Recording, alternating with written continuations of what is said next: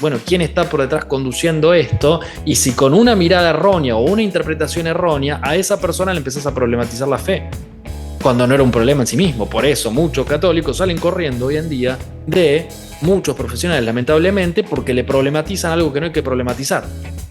A esa persona lo que hay que hacer es empujarle la fe, no tirársela para abajo, no hacer una mezcla con las cuestiones humanas, correr un poquitito el fanatismo del psicologismo barato y poner las cosas en su lugar. ¿Cuáles son las cosas en su lugar? Bueno, hay un orden de trascendencia, una variable de trascendencia. El paciente no quiere hablar, o sí busca un psicólogo católico para poder mínimamente ser entendido. La gran demanda que yo encuentro hoy es: el paciente viene y dice, quiero hablar un lenguaje común. Bueno, antes que eso, hacer una pequeña intro a lo que es la psicología en general, para que puedan entenderlo brevemente. A ver, la fusión entre la psicología y la fe es un tema, ¿no? Es un tema. Yo me defino como psicólogo católico, pero para eso hay que entender qué es la psicología. A ver, hoy la psicología se basa más en lo que es el procesamiento de información, lo que tiene que ver con también la neurociencia, la conexión con. Recordemos que la psicología es interdisciplinaria, ¿no? Pero en su génesis, psique, que viene del antiguo griego, ¿no? Puede ser, es básicamente espíritu, alma, lo que se definía en ese momento, y logos es el estudio, ¿no? O el tratado. Y hoy la definición de psicología es la ciencia. Tenemos que dividir entre ciencia y sentido común. No es lo mismo la ciencia, que tiene un método científico por detrás, que el sentido común, que hablamos por fuera justamente del campo científico. Y la psicología es una ciencia que estudia las conductas y los procesos mentales, ¿no? Esto es como está definido hoy. ¿Por qué yo hago este pequeño preámbulo? Porque la ciencia utiliza un método distinto, insisto, a lo que podemos hablar en un bar, en un café, en la esquina o con los amigos, ¿no? Ese es conocimiento más del sentido común. La conducta la podemos definir como aquellas acciones humanas, ¿no? Que pueden ser observadas, conductas observables, que pueden ser medidas. Uno las observa y las puede medir. Y los procesos mentales son todos aquellos procesos difícilmente de observar, porque son interiores, esos mecanismos interiores que todos tenemos. Condensando estos tres conceptos, tenemos lo que es básicamente la psicología hoy. Volvamos un paso atrás, es el estudio, ahora el estudio del alma humana, algo un poco más trascendente a mi entender, un poco más filosófico a la vez. Recordemos que la psicología es el segundo desprendimiento de las ciencias sociales. Primero tenemos la filosofía y luego tenemos la psicología, que se funda ya allí por 1879 en el laboratorio de Wundt, donde se funda el primer laboratorio experimental, ¿no?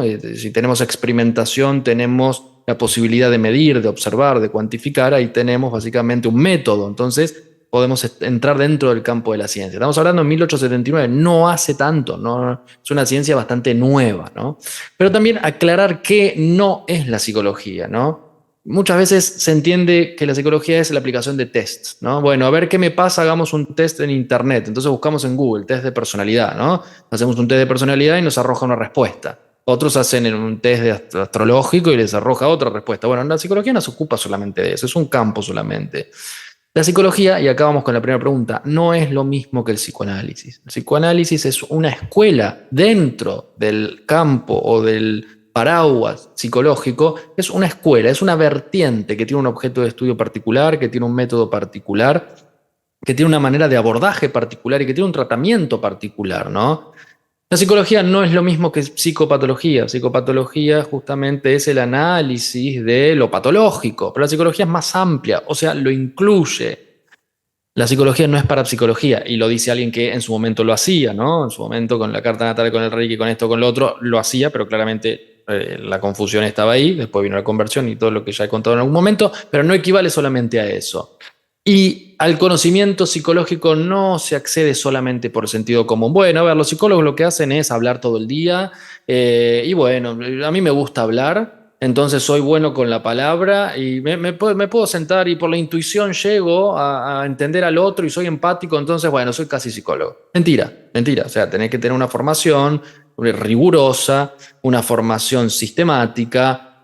No forzosamente la formación hoy universitaria, ¿no? Porque está muy complicada, ¿no? Y van a salir con un bagaje completamente ideologizado, con una vertiente muy ideológica, pero yo recomiendo lo que es la formación en paralelo particular, ¿no? La formación que uno se puede ir armando su, entre comillas, plan de estudio sin ningún tipo de ideología que contamine justamente. Entonces, ahí tenemos un poquitito lo que es la introducción a la psicología, que tiene distintos campos, ¿no? La psicología no es solamente la clínica, la clínica es la atención de pacientes, no es solamente el diván que muchos piensan, ¿no? Que está ligado al psicoanálisis, también tiene psicología del deporte, psicología jurídica, psicología política, psicología de la comunicación, psicología educacional, hay muchos campos, ¿no? Y por último, ¿qué escuelas tenemos?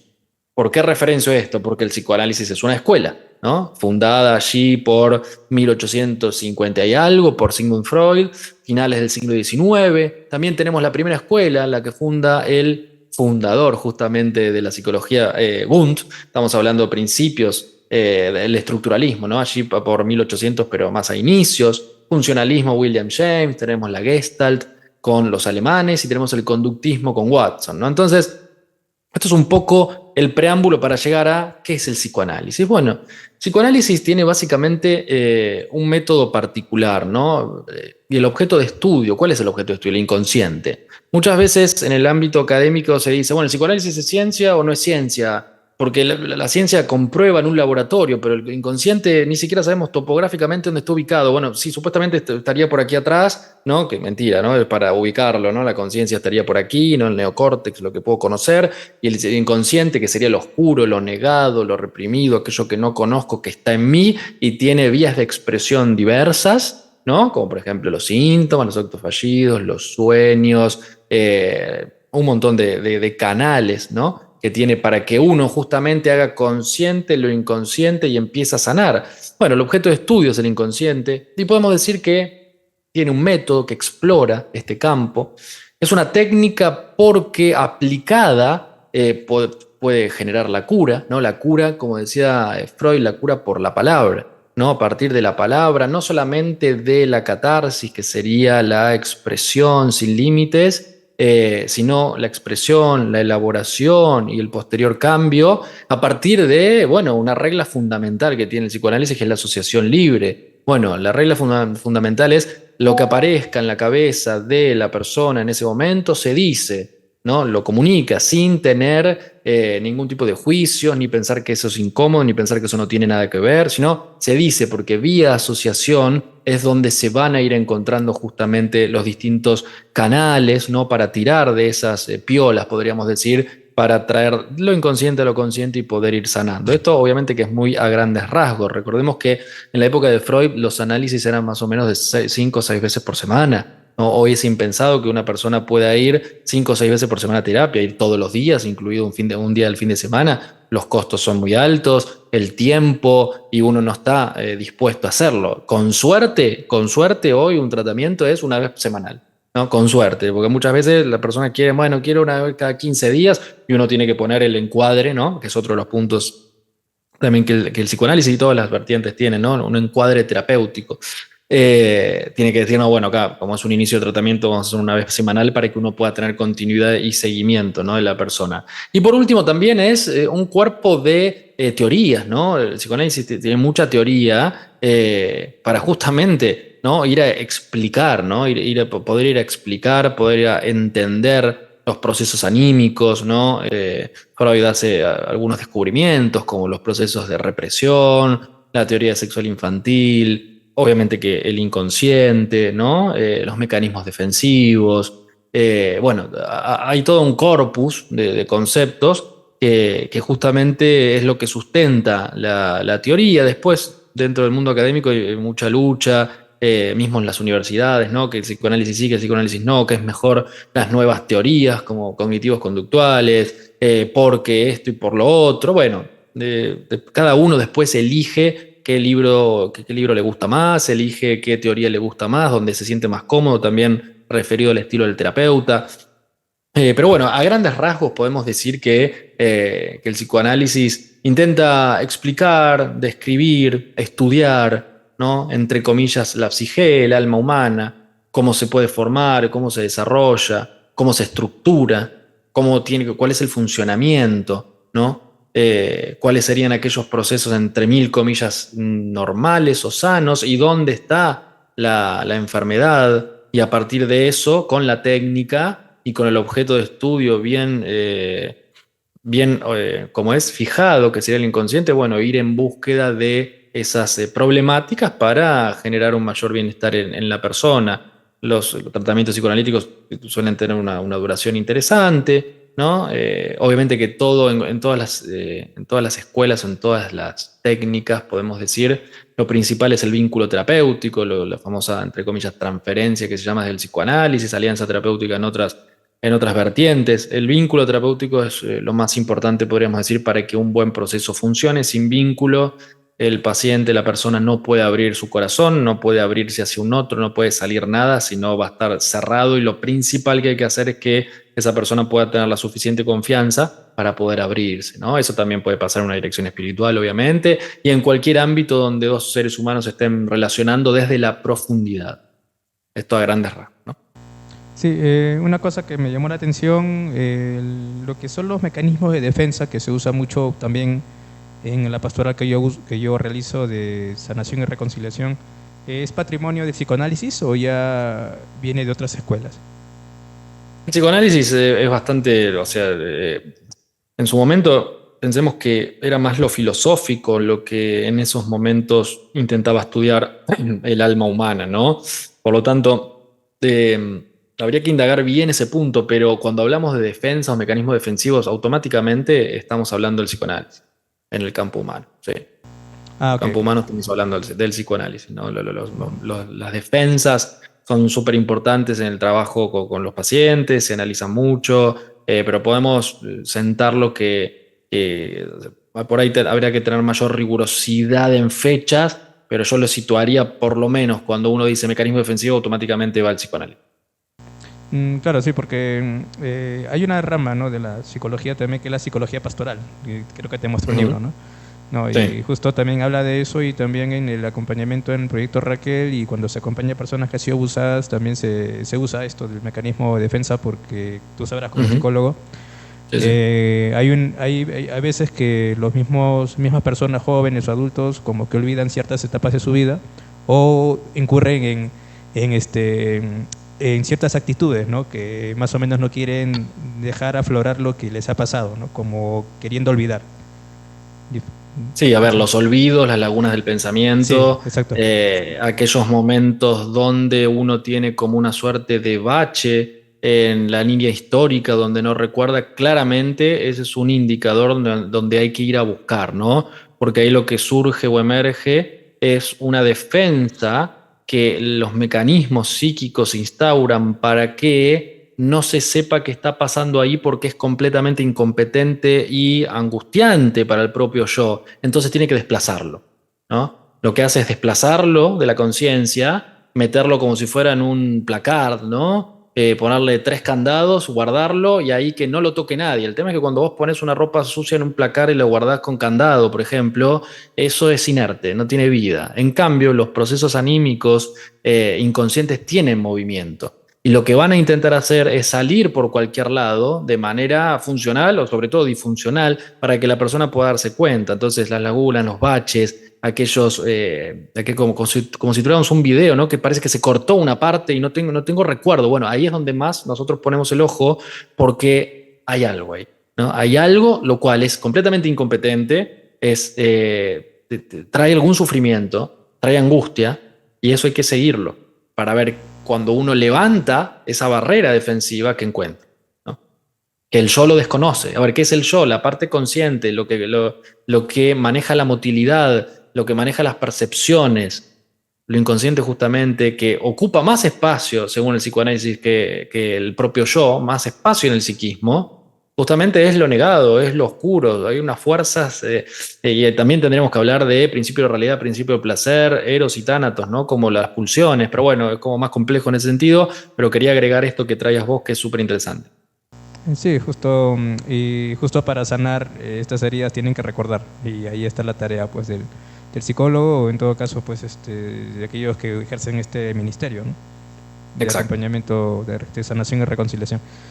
Más bien, la otra pregunta es, como ya trajiste a colación esto esto está de moda, por así decirlo, entre comillas moda, muchos psicólogos, que es la terapia cognitivo-conductual. ¿En qué se diferencia del psicoanálisis? A ver, la terapia cognitiva conductual también es muy interesante, ¿no? Yo no suelo casarme con ninguna, utilizo varias, ¿no? Obviamente que la base es más psicoanalítica por la escucha y por la conceptualización del sujeto, pero lo cognitivo-conductual es muy interesante, a mi entender. Es una condensación entre el conductismo watsoniano, ¿no? ¿Y qué hacía el conductismo de Watson? Bueno, estímulo, respuesta. Para un mismo estímulo tenemos siempre la misma respuesta. Ejemplo, vamos a una sala de cine y lo más probable es que en esa sala de cine veamos que ante una escena, no sé, triste, algunos lloran, otros ni se inmutan, otros quizás se ríen, otros están mirando el celular y otros por ahí quieren irse. O sea, son distintas respuestas para un mismo estímulo. Watson va a decir, no, no, no, no, no. Para un mismo estímulo, escena triste de la película, todo el auditorio llora, ¿no? Para un estímulo, misma respuesta. Porque se montaban también la teoría de la caja negra, es decir, estímulo como si fuera una flechita, caja negra, es decir, no veo lo que hay adentro, no tengo idea cuáles son los procesos mentales. Si recordamos la definición anterior, la psicología es una ciencia que estudia las conductas de los procesos mentales.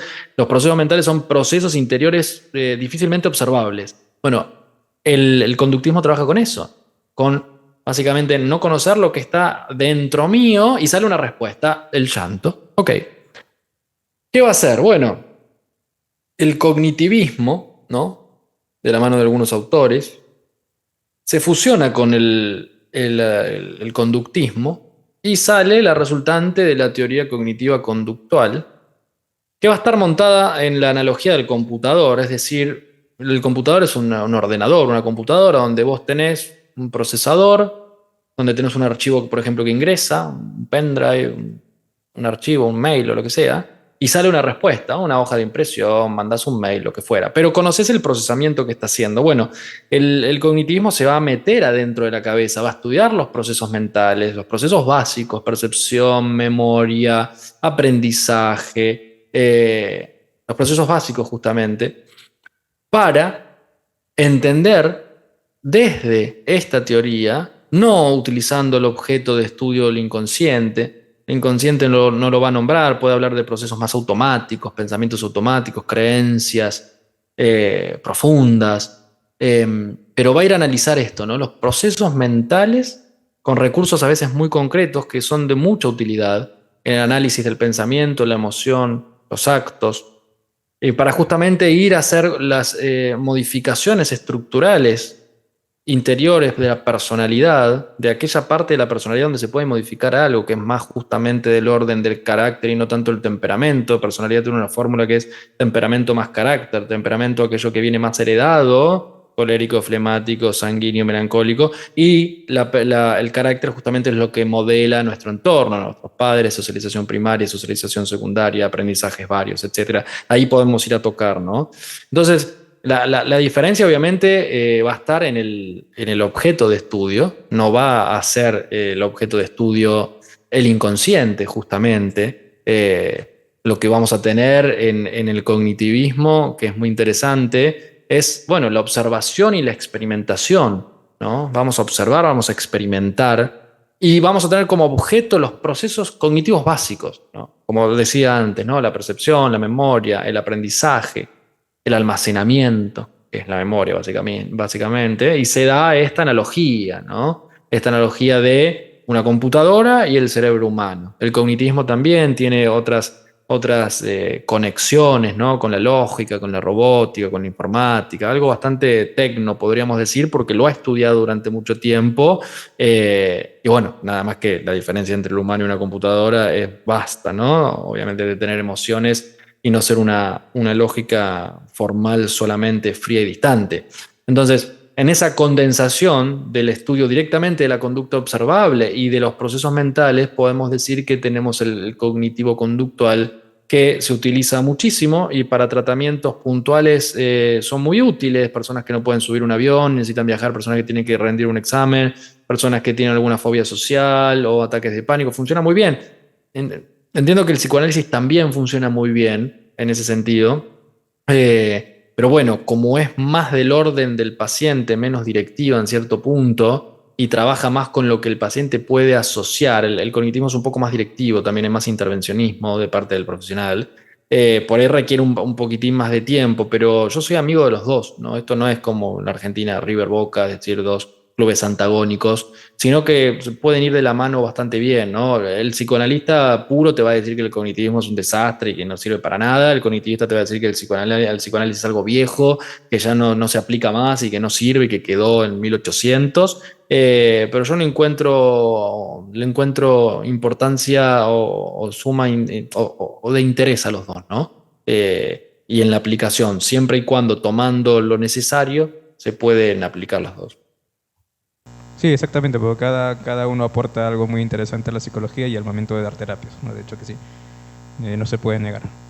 No está bien visto igual, ¿no? No está bien visto igual. Te va a llamar como una suerte de mezcla que no va a ningún lado. Bueno, yo no soy de casarme con las cosas 100%. Obviamente que sobre todo en Argentina está el psicoanalista puro y llano y raso y el cognitivista, que son los más nuevos, por así decir. Y como la mezcla no va porque no tiene ningún sentido. Bueno, básicamente vos estás hablando con un psicólogo que no es para nada convencional. Imagínate que me echo con la variable espiritual, cosa que dentro de nuestro campo es como, no, bueno, tenés que ser un poco más ateo.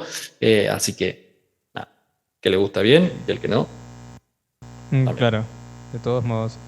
Más bien, ahora esta pregunta que te voy a hacer, que es lo que muchas veces se preguntan muchos fieles católicos, ¿no? Muchos fieles cristianos en general, lo que también lo he escuchado. ¿Cuáles son los pros y los contras del psicoanálisis y si es compatible con el cristianismo?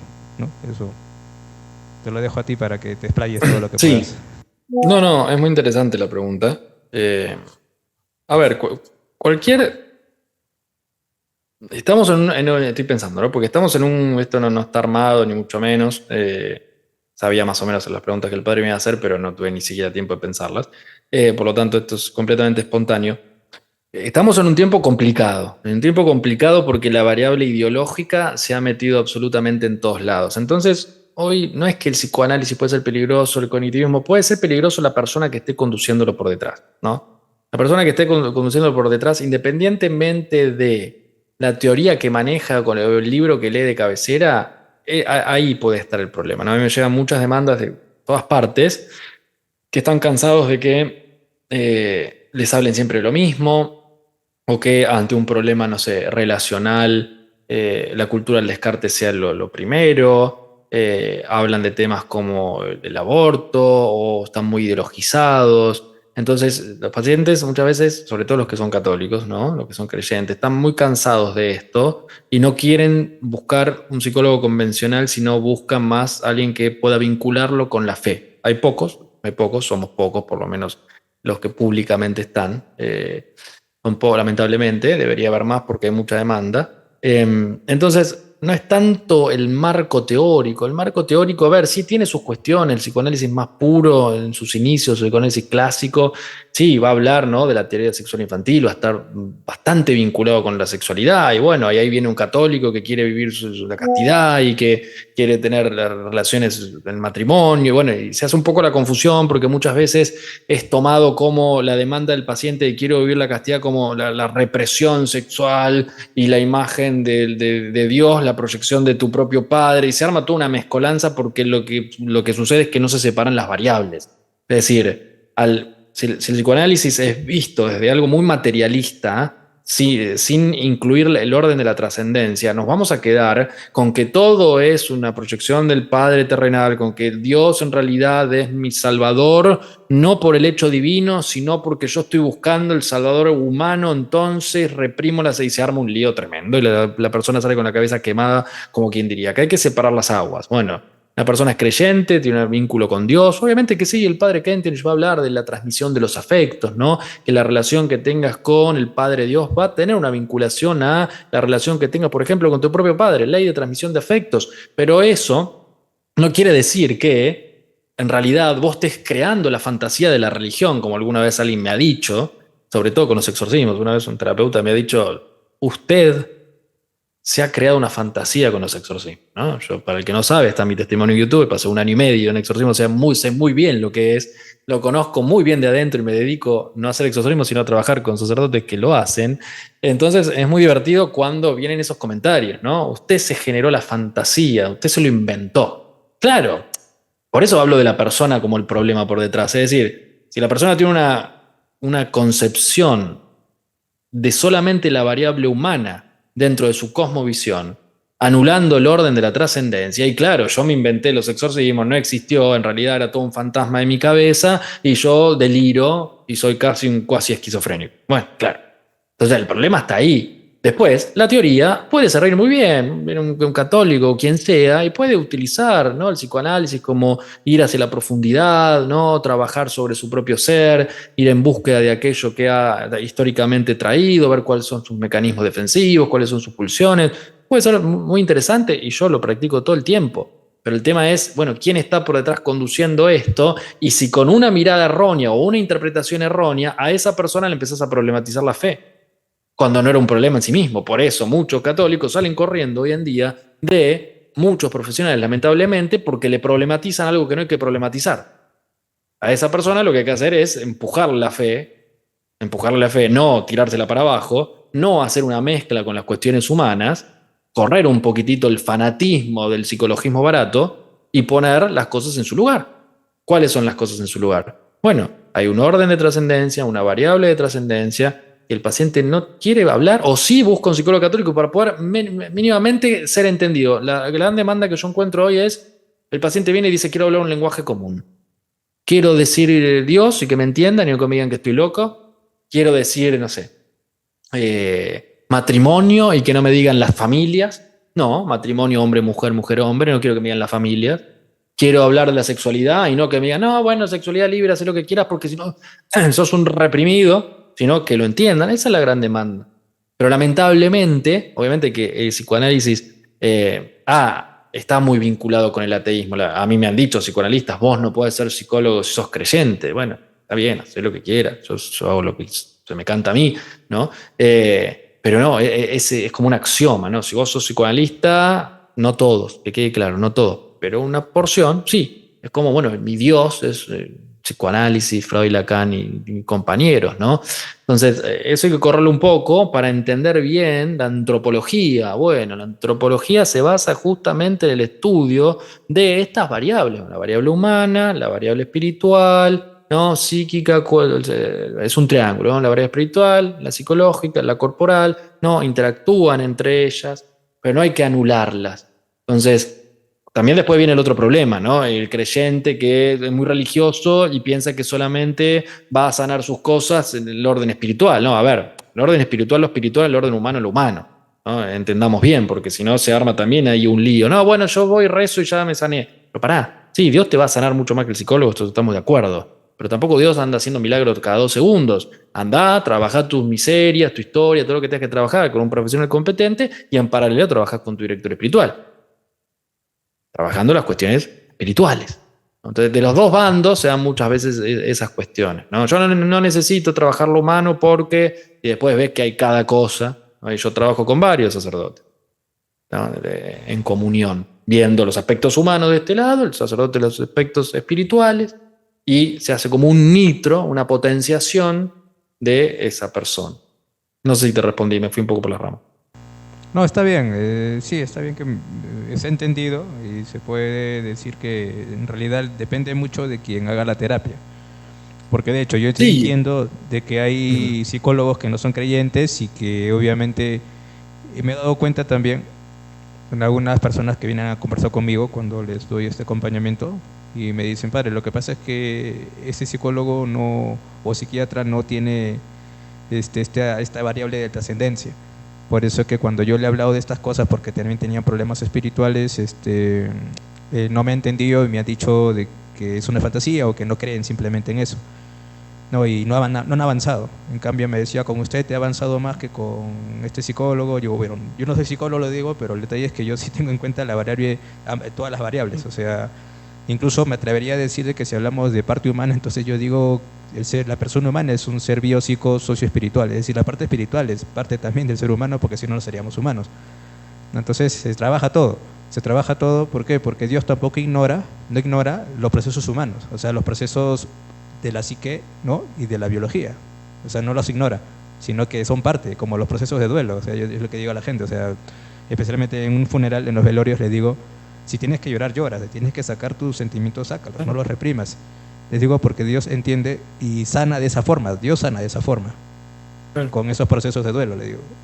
Y así va sanando Dios. Dios tiene su forma de sanar y nos ha creado de tal manera de que incluso cuando nuestra psique está afectada, tiene un proceso de sanación, de esa forma, con los procesos de duelo u otro tipo de mecanismos, ¿no? Entonces ahí está el psicólogo maestro, ¿no? Que tiene que ir guiando, ¿no? Para poder observar y ayudar, ¿no? A la persona, al paciente, ¿no? Que aparece, y el teólogo, o mejor dicho, el sacerdote, que ayuda al hombre a ver la trascendencia, ¿no? De todo, que todo tiene un sentido, ¿no? Que incluso el dolor más profundo, pues con la fe tiene otro sentido, tiene otra visión, más esperanza, ¿no? Ahí vamos. Ahí sí, está. y agrego algo, porque vos dijiste biopsicosocial espiritual.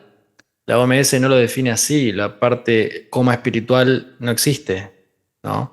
Es un estado de completo bienestar biopsicosocial. Estamos hablando de la definición de salud mental. O sea, lo que es Fíjense que la parte salud, espiritual ni salud aparece. holística, ¿no? Lo que dice salud Claro, holística, ¿no? Sí, sí, sí, pero no ponen no lo o pone no está espiritual. incluida la variable espiritual. Solamente es la materia, ¿no? Aquello que puedo ver, tocar, lo que conozco, ¿no? Bio, la biología, psico, social, el entorno. Ok, está muy lindo, pero nos falta una variable también ahí.